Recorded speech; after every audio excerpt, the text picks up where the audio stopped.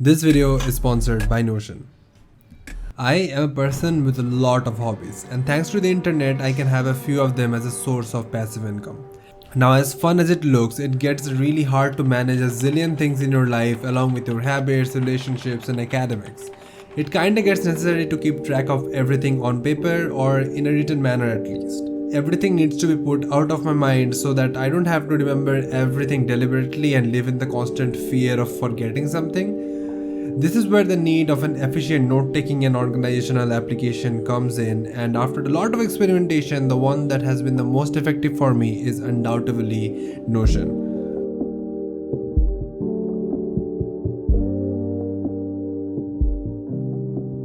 Alright everyone, so first of all, long time no see. I'm sorry I didn't upload in such a long time.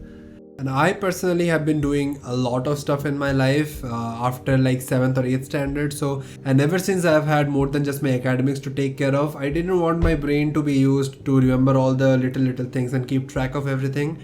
That is where a good note taking and a good organizational software comes in. Initially, what I was using was different apps for different things like habit tracking, note taking, and planning and everything. I've been using a physical bullet journal, which is over there, for some years, and it was about time that when I thought that all of this needs to come to one place and I need to get rid of all this clutter of different websites and different apps and different notebooks. That is where Notion came in. Now, when it comes to talking about Notion, I know I'm like 2 years late, but I have been using Notion for more than 1 year now, and it has been an amazing, life-changing software for me. And also a lot of you guys have been asking for a video on Notion and how I use Notion and all of those stuff. And so finally, I am talking about Notion. And first of all, thanks a lot to Notion for sponsoring this video. So if you're asking what you will get in this video, it will mainly be about why I like Notion and how I use Notion.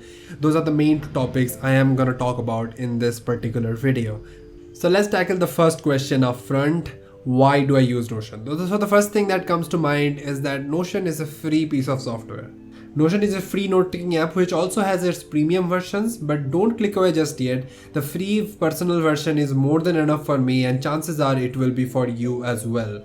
You can create enough number of pages and databases in the free personal pack itself. So the second point on the list is that Notion can be used to do anything. It is really multifunctional. You can use it to keep a daily journal, you can use it for habit tracking, sleep tracking, making a schedule, anything that a note-taking app needs to do. You can import a calendar, you can add you can plan content for your YouTube channel or any other social media account you have. Anything you can think of, it can be done in Notion. And the third point on the list is that Notion really helps you increase your productivity.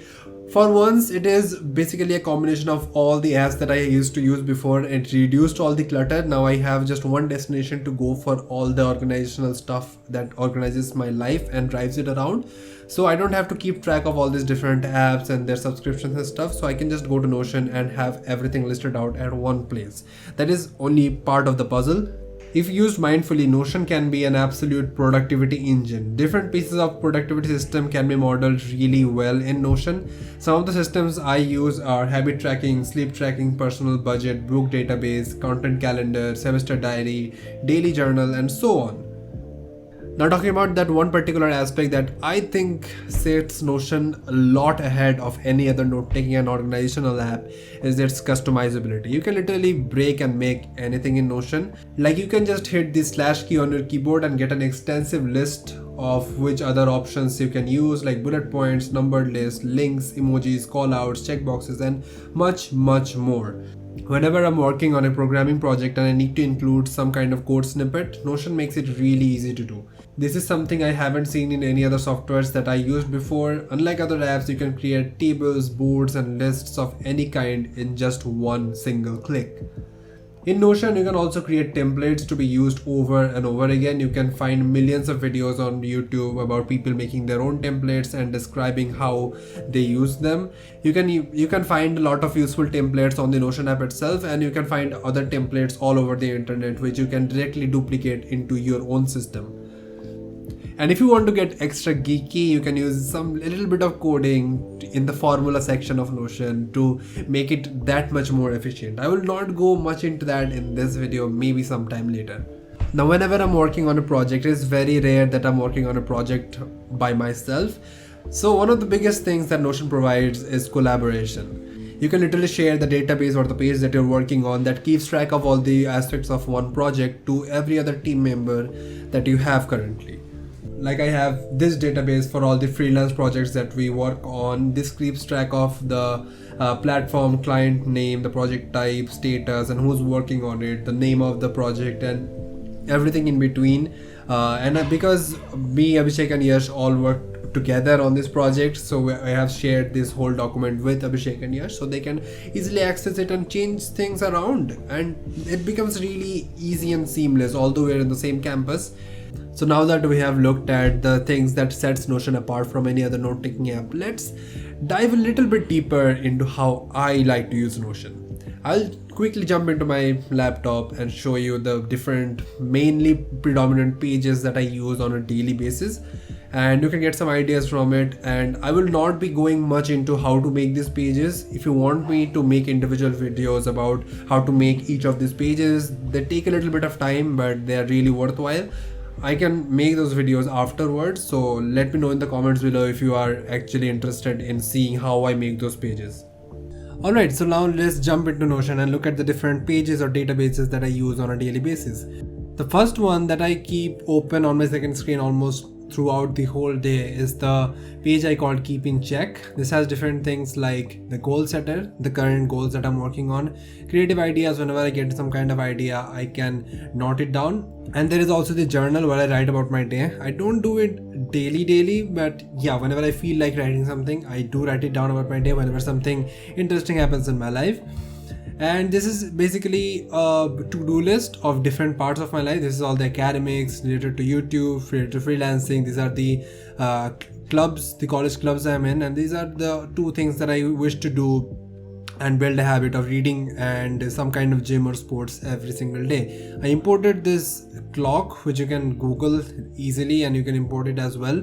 And I will not show you my goals and ideas and journal because those are a little bit personal, but you can those are just basic pages with bullet points and dates, so you can create them yourself and tune it as you wish. Okay, going to the next one is this budget manager. Again, this is a template. I will not show you the exact numbers obviously because again that's a bit personal. So yeah, there are different parts of this. I got this from a YouTube video. I will link that YouTube video in the description below. I don't exactly remember the name of the channel.